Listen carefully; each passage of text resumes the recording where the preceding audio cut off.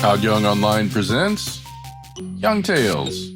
Tales for the young and the young at heart. Today's story from Bulfinch's mythology, The Legends of Charlemagne. Today's episode, Rinaldo and Bayard. Now, Charlemagne was overwhelmed with grief at the loss of so many of his bravest warriors at the disaster of Roncesvalles, and bitterly reproached himself for his credulity in resigning himself so completely to the counsels of the treacherous Count Gon. Yet he soon fell into a similar snare when he suffered his unworthy son, Charlotte, to acquire such an influence over him, that he constantly led him into acts of cruelty and injustice that in his right mind he would have scorned to commit. Rinaldo and his brothers, for some slight offense to the imperious young prince, were forced to fly from Paris and to take shelter in their castle of Montalban. For Charles had publicly said if he could take them, he would hang them all. He sent numbers of his bravest knights to arrest them, but all without success. Either Rinaldo foiled their efforts and sent them back, stripped of their armor and of their glory, or, after meeting and conferring with him, they came back and told the king they could not be his instruments for such work.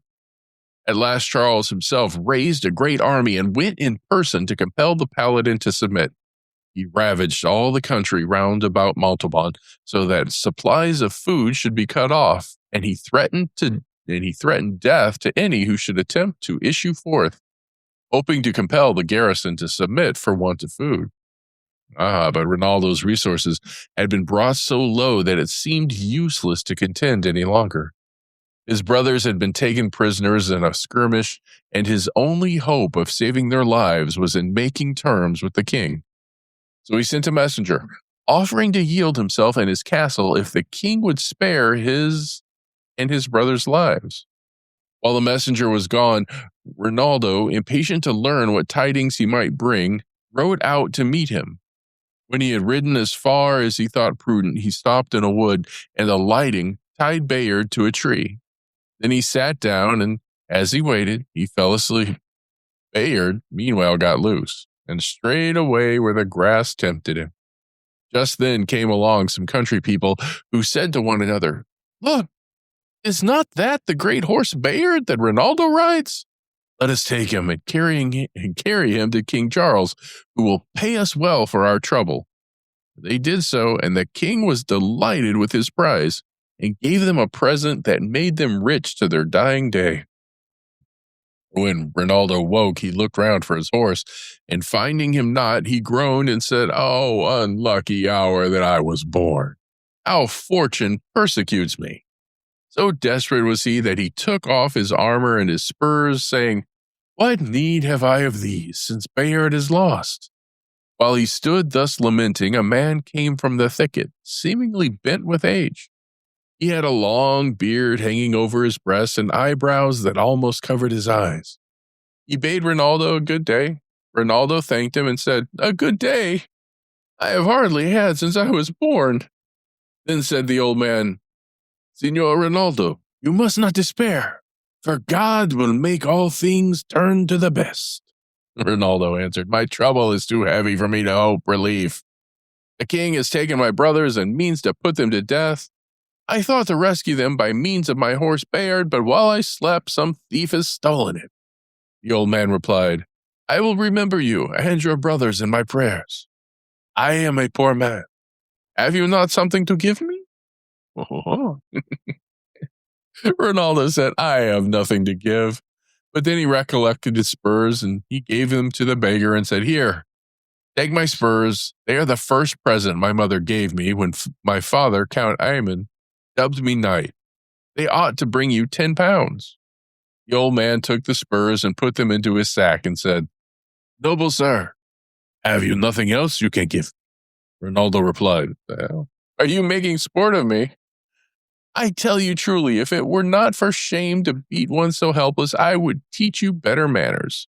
The old man said, "Of a truth, sir, if you did so, you would do a great sin. If all had beaten me of whom I have begged, I should have been killed long ago. For I ask alms in churches and convents and wherever I can. You say true. replied Rinaldo. If you did not ask, none would relieve you. The old man said, True, noble sir. Therefore, I pray, if you have anything more to spare, give it to me. Rinaldo gave him his mantle and said, Take it, pilgrim. I give it to you for the love of Christ, that God would save my brothers from a shameful death and help me to escape out of King Charles's power. The pilgrim took the mantle, folded it up, and put it into his bag. And a third time he said to Rinaldo, Sir, have you nothing left to give me that I may remember you in my prayers? Wretch! Exclaimed Rinaldo, do you make me your sport? And he drew his sword and struck at him, but the old man warded off the blow with his staff, and said, Rinaldo, you would slay your cousin, Malagigi? When Rinaldo heard that, he stayed his hand and gazed doubtingly on the old man, who now threw aside his disguise and appeared to be indeed Malagigi. Dear cousin, said Rinaldo, pray forgive me, I did not know you. Next to God, my trust is in you. Help my brothers to escape out of prison, I entreat you. I have lost my horse and therefore cannot render them any assistance. Malagigi answered, Cousin Rinaldo, I will enable you to recover your horse. Meanwhile, you must do as I say. Then Malagigi took from his sack a gown and gave it to Rinaldo to put on over his armor, and a hat that was full of holes, and an old pair of shoes to put on. They looked like two pilgrims, very old and poor. Then they went forth from the wood, and after a little while saw 4 monks riding along the road. Malagigi said to Rinaldo, I will go meet the monks, and see what news I can learn. Malagigi learned from the monks that on the approaching festival there would be a great crowd of people at court, for the prince was going to show the ladies the famous horse Bayard that used to belong to Rinaldo. What? Said the pilgrim. Is Bayard there? Yes, answered the monks. The king has given him to Charlotte. And after the prince has ridden him, the king means to pass sentence on the brothers of Rinaldo and have them hanged. Then Malagigi asked alms of the monks, but they would give him none, till he threw aside his pilgrim garb and let them see his armor, when, partly for charity and partly for terror, they gave him a golden cup adorned with precious stones that sparkled in the sunshine. Malagigi then hastened back to Rinaldo and told him what he had learned. The morning of the feast day, Rinaldo and Malagigi came to the place where the sports were to be held. Malagigi gave Rinaldo his spurs back and said, Cousin, put on your spurs, or you will need them. How shall I need them? Said Rinaldo, since I have lost my horse. Yet he did as Malagigi directed him. When the two had taken their stand on the border of the field among the crowd, the princes and ladies of the court began to assemble. When they were all assembled, the king came also, and Charlotte with him, near whom the horse Bayard was led and in charge of grooms who were expressly enjoined to guard him safely. The king, looking round on the circle of spectators, saw Malagigi and Rinaldo and observed the splendid cup that they had, and said to Charlotte, See, my son, what a brilliant cup those two pilgrims have got. It seems to be worth 100 ducats. That is true, said Charlotte. Let us go and ask where they got it. So they rode to the place where the pilgrims stood, and Charlotte stopped Bayard close to them. The horse snuffed at the pilgrims, knew Rinaldo, and caressed his master. The king said to Malagigi, Friend, where did you get that beautiful cup? Malagigi replied, Honorable sir, I paid for it all the money I have saved from 11 years begging in churches and convents. The Pope himself has blessed it and given it the power that whosoever eats or drinks out of it shall be pardoned of all his sins. Then said the king to Charlotte, My son, these are right holy men. See how the dumb beast worships them. Then the king said to Malagigi, Give me a morsel from your cup that I may be cleared of my sins. Malagigi answered, Illustrious lord, I dare not do it, unless you will forgive all who have at any time offended you. You know that Christ forgave all those who had betrayed and crucified him. The king replied, Friend, that is true, but Rinaldo has so grievously offended me that I cannot forgive, nor that other man Malagigi the magician. These two shall never live in my kingdom again, but if I catch them, I will certainly have them hanged. But tell me, pilgrim, who is that man who stands beside you?" "He is deaf, dumb, and blind," said Malagigi. Then the king said again, "Give me to drink of your cup to take away my sins."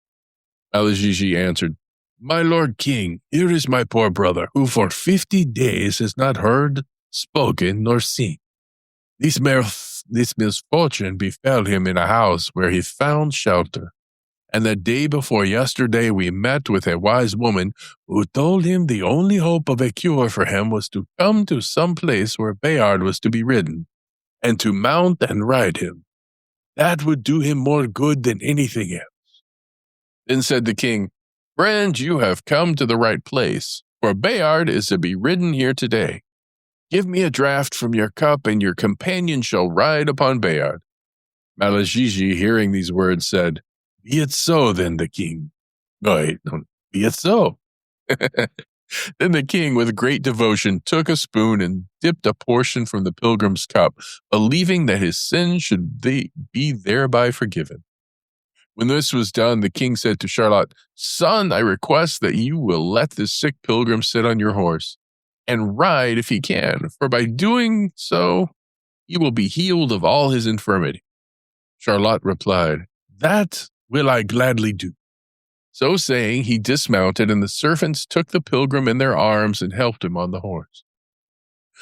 When Rinaldo was mounted, he put his feet in the stirrups and said, "I would like to ride a little." Malagigi, hearing him speak, seemed delighted, and asked him whether he could see and hear also. "Yes," said Rinaldo, "I am healed of all my infirmities." When the king heard it, he said to Bishop Turpin, "My lord bishop, we must celebrate this with a procession, with crosses and banners, for it is a great miracle." When Rinaldo remarked that he was not carefully watched, he spoke to the horse and touched him with his spurs. Bayard knew that his master was upon him, and he started off upon a rapid pace, and in a few moments was a good way off. Malagigi pretended to be in great alarm. "Oh, noble king and master," he cried, "my poor companion is run away. He will fall and break his neck." The king ordered his knights to ride after the pilgrim and bring him back, or help him if need were. They did so, but it was in vain. Rinaldo left them all behind, and kept on his way till he reached Montalban. Malagigi was suffered to depart unsuspected, and he went his way, making sad lamentation for the fate of his comrade, who he pretended to think must surely be dashed to pieces. Malagigi did not go far, but having changed his disguise, returned to where the king was, and employed his best art in getting the brothers of Rinaldo out of prison. He succeeded, and all three got safely to Montalban, where Rinaldo's joy at the rescue of his brothers and the recovery of Bayard was more than tongue can tell. And here's where we end for today. Young Tales is produced and narrated by Todd Young from Todd Young Online. If you enjoyed this, please like and subscribe, and join us next time for another story. Thank you for your support.